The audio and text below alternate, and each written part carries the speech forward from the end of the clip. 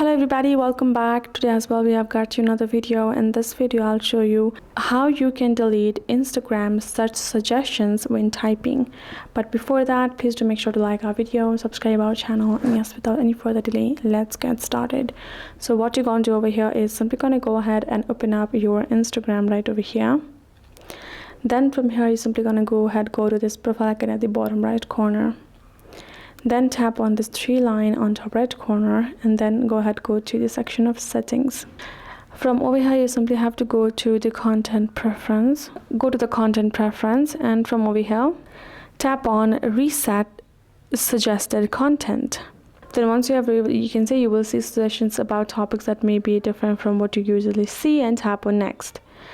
Then you can see before resetting review who you follow, and you add topics. If you want to check out, then you can go ahead. If you don't, then tap on reset suggested content.